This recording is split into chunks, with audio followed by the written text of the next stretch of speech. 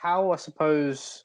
I mean, obviously, I'm aware that obviously like WWE was like the goal for you, I guess. Mm-hmm. How did that kind of come about, and how has that journey been? I mean, that's a pretty broad question. It is a broad question. So let me think. So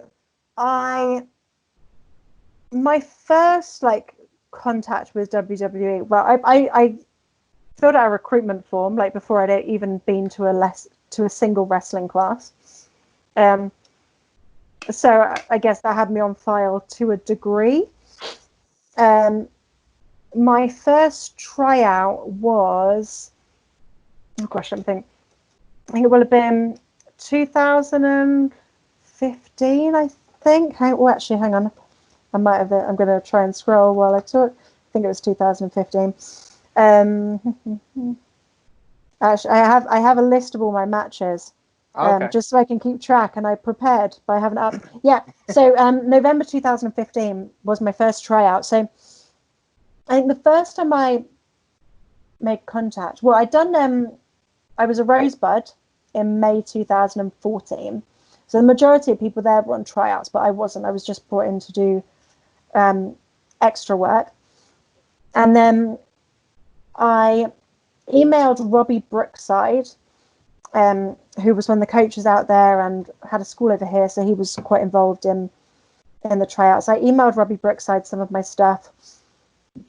I think it was about like a week before the tryouts that they did earlier in 2015. So when they will have done the post-Mania tour.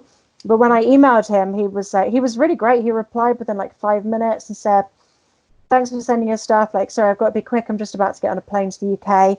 This tryout's full, but keep sending me your stuff. And you know, and we might be able to get you on the next one." So at least that was, you know, a big plus. It's like the first time I'd sent my stuff in formally and, you know, got a response in like 5 minutes. Then the Tough Enough came up that summer. So I was like, well, I'll just film a Tough Enough audition video, see what happens. They ended up not having anyone from the UK on it, so I didn't hear back from that at the time. But then it was sort of late October 2015, so about 10 days before the next tryout, I got an email saying, "We've seen, due to your Tough Enough video and word from our European talent scouts," whoever they may be. I still to this day don't know who those scouts were. It might have been, you know, the email from Robbie. It said, "We'd like to invite you to a tryout." So I went for the tryout in November. They said at the time that they really liked me, but they already had quite a lot of sort of 5'6" brunette internationals. So they'd just signed the Iconics at that point. Okay. They'd said that they were sort of very interested in who is now Kosta.K. The Bella Twins were still there at the time, and he said, he was like, you know, it's not a no forever. Keep working on stuff, keep sending us stuff, but from a casting perspective at the moment, visually, we have a lot of you.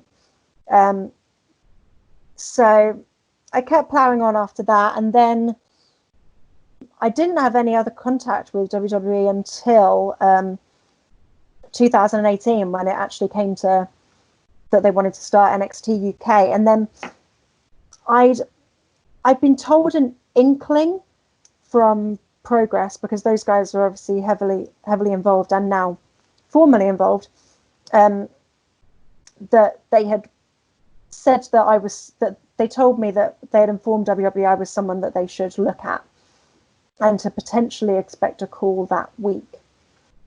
So at this point, when I got told that was only about 10 days before they were going to be first like welcoming the roster and getting the photos done, getting paperwork and things like that done. So I waited all of that week, and then it wasn't until like the Thursday evening I got an email just saying, you know, we've got this new UK project coming up. Are you interested in being a part of it? If so, what's the best number to call you on? Can we call you now? So I was at work at the time.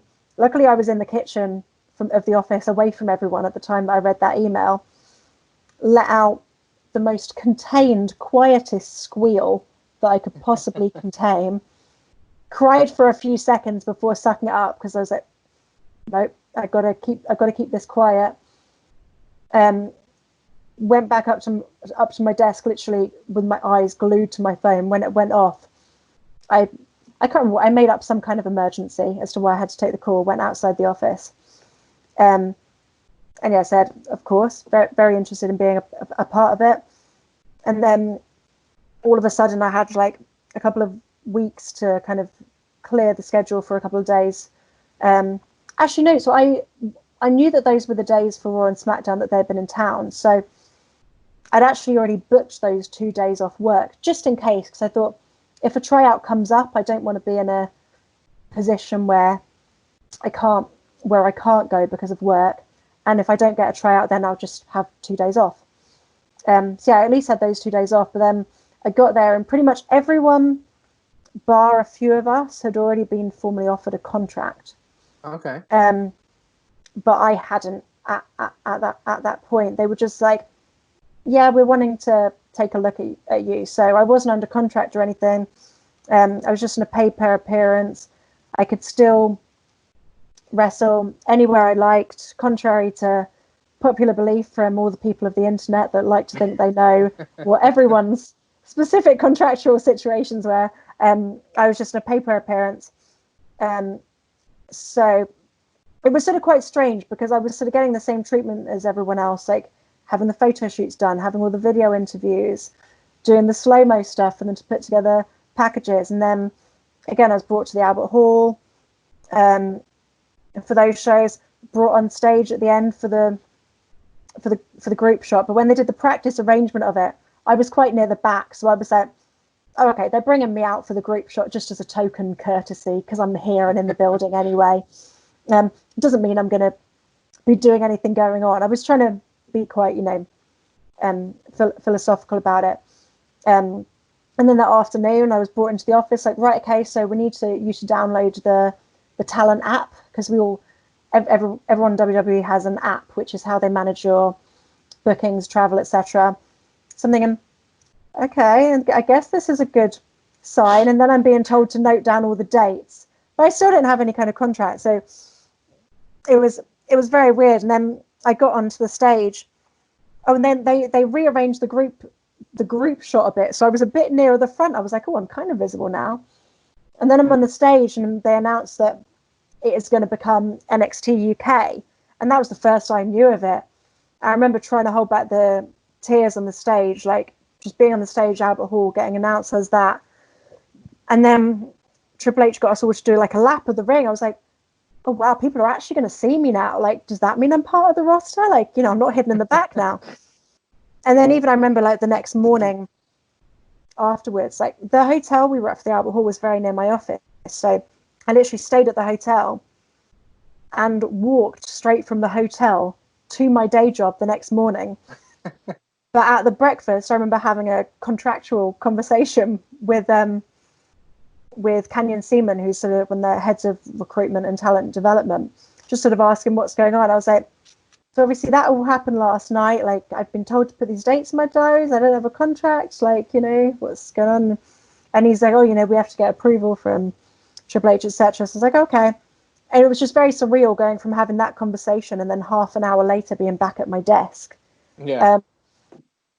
And then, I did 2 full sets of tapings before I actually got offered a contract. So still, it sort of took a while. It was a bit of a weird limbo phase, being like, well, I guess I wouldn't be here if they weren't interested, but the others have the contract and I don't. But then when it finally happened, it was almost kind of that much sweeter, because I felt like I'd sort of had to fight for it a bit more, and I felt like, okay, well, now they've given me this contract after having seen me up close, seen me work, and they really they're interested in developing me and investing in me going forward. So it was a long process, but very worthwhile in the end.